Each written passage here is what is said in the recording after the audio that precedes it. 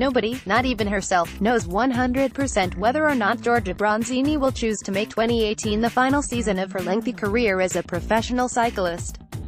Whatever the decision she comes to at the end of the year, it is certain that when she does finally make the call to hang up her racing wheels, she will leave behind a palmarès that most riders, male or female, would give their right arm to achieve. Bronzini's ability to win has waned in recent years, and she claimed just one victory last season. With retirement on the horizon, she chose to move to the American team Cyclist for 2018, to give her the chance to close her career out with a bang. After 5 seasons with Rochelle Gilmore's Wiggle High 5 squad, the switch was a surprise, but Bronzini says that it was an amicable split, explaining that she had, almost by accident, become more of a staff member than a rider and she wanted to focus on herself for the last months or years of her career. It wasn't that Wiggle asked me to be more than a rider. For me, it was natural, Bronzini tells Cycling News. I had no obligation from Rochelle that I had to do this or that, not at all. It was my initiative to be a helper. I was the one putting myself in that position. When I realized that it was too much, that took away a lot of energy from my performance, and when it came to being a rider, I thought that I still had more to give to myself in trying to win. Though Bronzini is not yet sure what she will be doing in 2019, she has begun to make plans for what she will do in the next part of her life. She has already expressed a desire to work as a director sportif immediately after her retirement and will take the UCI's DS course at the end of the season. That is just a short-term ambition for now, and she may well leave cycling for good after a year or so. I have a lot of passions and hobbies. I could work in other areas, says Bronzini. I'm not stuck on being involved in cycling. I would like to study at cooking school, and I have a passion for wine, and one of my goals would be to open something about gastronomy. I don't know what, a restaurant or a bed and breakfast, but something around the food world. Everyone has a different passion and hobbies. It's good to have so that you can manage yourself with whatever happens in life. A director on the bike. It is a trope commonly used in cycling that it is often not the strongest rider who wins a race, but the smartest. This is a philosophy that Bronzini, a 2-time world road race champion and veteran rider, signs up to. The 34-year-old Italian says that her analytical approach to racing has been one of the biggest factors in the success that she's enjoyed throughout her career.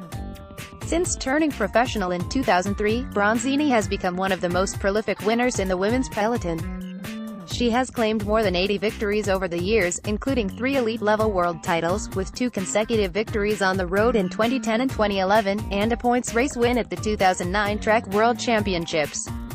Most of Bronzini's success came at a time when she was going up against Marianne Vos at the peak of her powers.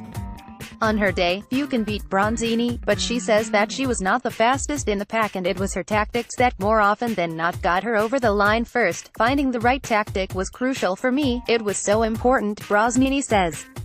I studied a lot about how my opponent was. During the race, I would try to look at them and try to understand how they were that day. For me, it is more important to have a good head or a good tactic than the body. Of course, if you are stronger than the others for 80% and you have a shit tactic, then, of course, you're going to win anyway. But 80% is a lot.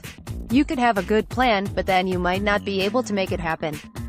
Balance is the best way to race. Bronzini would use this mental approach to any race that she entered, whether it was her going for the victory or one of her teammates.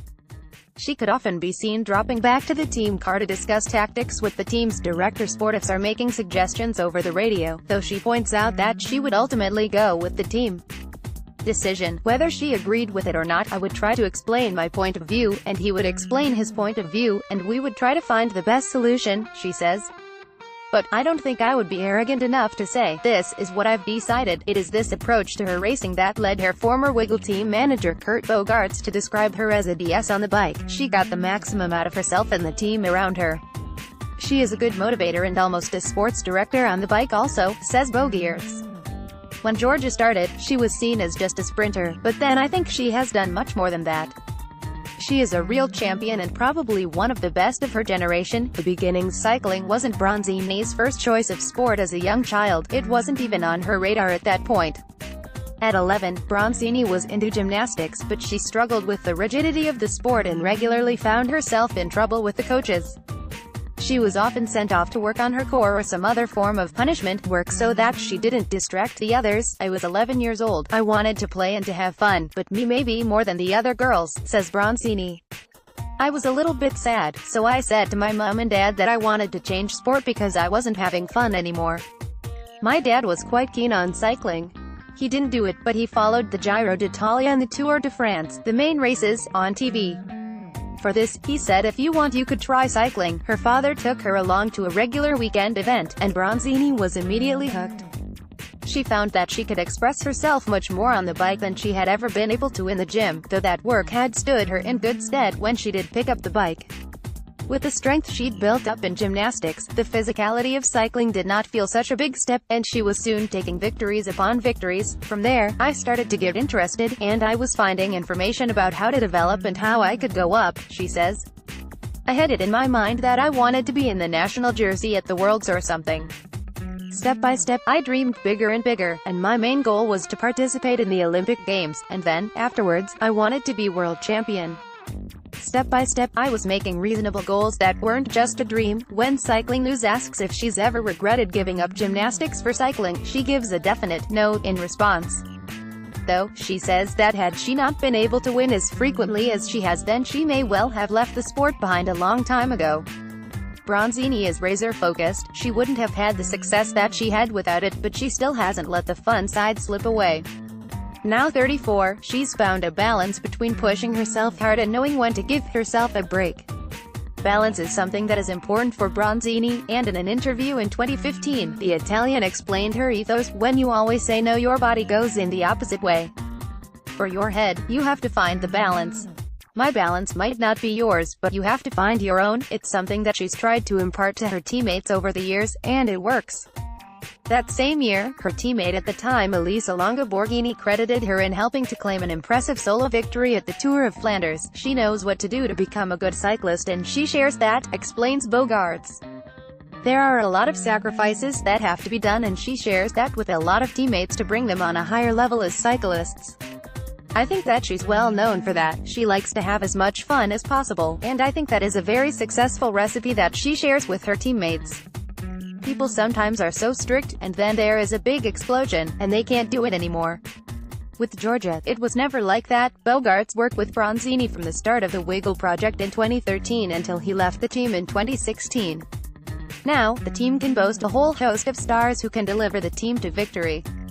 Back then, though there was some serious track talent in the squad, Bronzini carried much of the team's hopes on her shoulders. What I always remember with good athletes that I've worked with in the past, is the person that they are off the bike, and she's a really nice person who is really friendly and thoughtful, says Bogarts. I think the first year, in a physical way, was immense because she won so many races. It was quite spectacular. All year, she was very strong and very competitive. There were no real lows in that season, and that shows that she's a really big athlete. Italian cycling, like many of her contemporaries, the vast majority of Bronzini's career has been spent on Italian teams, with her switch to Wiggle Honda the first time she'd competed with a foreign squad. That was down to design rather than choice. With salaries so small in women's cycling, many riders rely on second jobs to sustain themselves. In Italy, as with many European countries, riders joined the army, police, or other institutions, which paid them a wage and allowed them to go racing. There was one catch: they had to ride with an Italian team, an issue that Bronzini felt strongly enough about to challenge the Italian Federation. I took a war with the army system and the Federation. I was in the middle of this war and I won, she explains. In the end, they said that every girl in the army would be allowed to go to a foreign team. From that point, you see that a lot of Italian girls from a few years ago, they spread out to other countries. It's their choice. If they open their eyes, then they can see a lot more, but if they don't, then they don't. It also depends on who you have around you and who you have helping you. These days it is commonplace to see Italian riders on foreign teams, with Longo Borghini, Rachel Barbieri, Elena Cecchini and fellow former world champion Tatiana Gutierrez among those racing abroad. Top Italian team Il Cipollini has expanded their horizons by opening its doors to riders from outside of the country. The women's junior setup is also enjoying plenty of success on the international scene, as they've dominated their category at the World Championships over the past 2 seasons. However, Bronzini believes that there are still some deep-rooted issues that need addressing, and she doesn't mince her words when discussing it. I think that Italian teams are managed by old people, and I think that the old people are not enough without the new generation, says Bronzini. I think that there are some Italian teams that would be better if they stopped and they started again. Some teams are bringing some girls coming from the amateur world. Unfortunately, in our category, there isn't a step in the middle. At 18 years old, you can get to this level, and that isn't okay if the team doesn't test these girls. There are some girls going to these amateur races, and they bring their helpers, and I've seen these women with the men pushing them on the climbs. To win what? To win a salami. These girls that win a salami every Sunday think that, coming into our bunch, she is going to win. The teams straight away put them into the big system and let them think that they are a champion.